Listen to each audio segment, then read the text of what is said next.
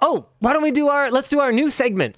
Yeah. This segment is called Original Sauce. This is cool. Yeah. I like this. And basically, it's just going to be finding something that's a development in the tech world. Like, we have people reach out to us all the time going, here's something that's happening, or here's someone we think you might like to talk to. Do you want to have this person on the podcast? Do you want to make a video about this? And you know what? The answer is usually no, because they have the personality of untoasted toast. That's just bread.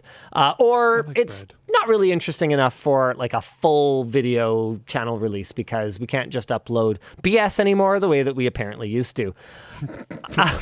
So Original Sauce is going to be how we're going to tackle this stuff, where we kind of go, okay, yeah, we can definitely set aside the time to have an off-the-air phone call, figure out if this is worth talking about, and then compile some notes and let the community know about it. Maybe every once in a blue moon, it's enough that we end up making a dedicated video, but probably not. So we're going to the Original Sauce, and in this case, what we're going to be talking about is CaseLabs coming back from the dead. So this was all compiled by the New WAN Show writer who interviewed the new owner of CaseLabs, Emil Ritterstedt. Anywho, the new owner of the CaseLabs IP. So CaseLabs was first founded in 1971 and shut down in 2018, citing high U.S. tariffs on the import of aluminum, a primary component of their builds, which had gone up in price by like 80% or something like that. So they said their prices were just not going to be realistic. They weren't going to be able to compete. Emil is a longtime PC and gaming enthusiast who's been building his own PCs for over 20 years, and until 2021, he was the owner and founder of a consulting company that assisted Swedish researchers in collecting data. In 2017, Emil bought a CaseLabs case for one of his builds, a case he loved so much that when the company collapsed in 2018, he reached out to Jim Keating, the former CEO, to discuss acquiring it, a process that was delayed by legal wrangling and the pandemic. Sounds about right. So this is according to Emil. His approach to reviving the brand is cautiously optimistic, heavy on the caution. Based on the finances of the former CaseLabs, he believes that the company was on a consistent upward trajectory with strong fundamentals, but the basic combination of high overhead and an excessively niche market meant that it could not survive the macroeconomic conditions that it faced in 2018. So his hope is they'll be able to restart CaseLabs as a boutique custom case producer, but also expand into more general, broad appeal products to give them a foundation of revenue while maintaining quality. The team is currently small, and I would say that, this is now me talking, I would say this is going to be a big challenge because CaseLabs' advantage was expertise when it came to small run metal fabrication. It's unclear to me exactly what expertise Emil and his team are bringing, but it might not have started with that given Emil's previous employment. But okay. I mean, and because they're not doing the fabrication. Yeah. So the team is currently small, and this was one thing that I had actually asked the writer to check in about, because I have a CaseLabs case that I like very much and was sad to discover that I can no longer get replacement parts for, and apparently that's their plan to start with, is to focus on replacements and parts, ideally by the end of this financial quarter. That seems aggressive.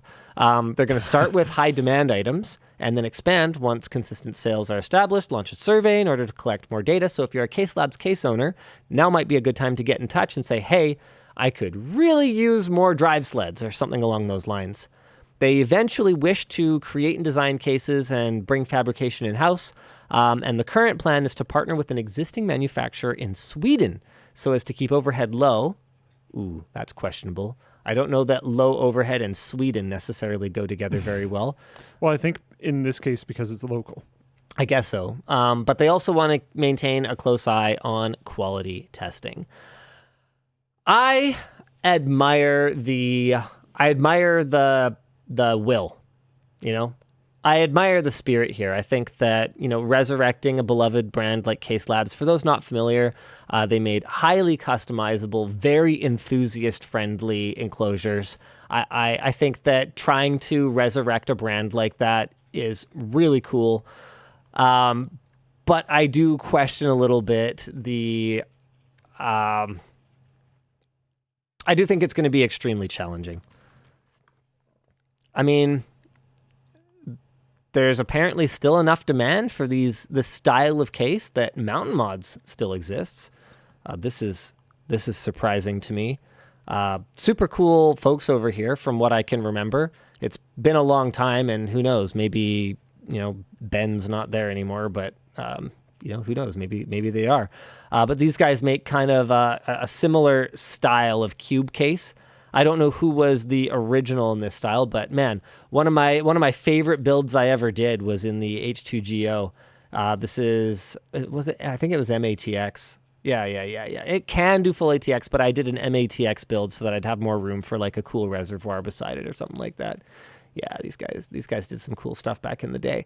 But I just don't know, unless CaseLabs sort of reinvents themselves and looks at different form factors or different styles of cases, I don't know that they are going to be able to achieve the kind of volume that would give them the growth that they might need to jumpstart this budding company. I hope they have a lot of runway. And if they don't, and if they do diversify, then I do wonder if they're going to be left with what made them CaseLabs, like if they're going to be left with an identity.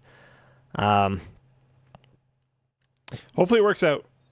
I liked CaseLabs. I thought they were super cool.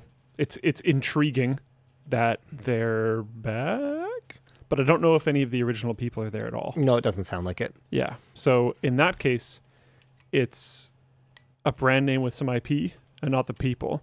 And CaseLabs was a very people-driven company because you have to be when you're small. Yep. And doing boutique things. So it's a tough situation. Hopefully it goes well. Yeah. Cyborg Cats asks, this is over on Floatplane Chat, I wonder if LMG would or has ever considered designing their own cases or even pre-builds. Cases, yeah, sure. We've talked about it. I remember I basically designed what would turn into a pretty common small form factor case layout later with my bud Nate who was at Cooler Master at the time. I kind of sat there and looked at one of their designs and I was like, yeah, but it would be better if it was like this and this and this, and then it could be like almost the size of a PlayStation 4. And then we ended up seeing a bunch of cases that were like that. And then one of the other things I was really passionate about was the idea of building gaming cases that are designed for rack mount. And then, what's the company that does a really, really good job of those? Now I don't remember, but you worked with them for a bit, didn't you? They sent over Sliger. Yes? Yeah, Sliger. Sliger exists, and they seem to be doing a great job of those style of case. So for me, I would have to find something that nobody else is doing that I feel like the market needs, and it's just never really happened, at least not at the right time with us having the right resources in order to bring something like that to life. As for pre-builts, I mean, I raised all of my concerns about the pre-built PC business when we reviewed the Starforge system that we did a little while back. I'll never say never,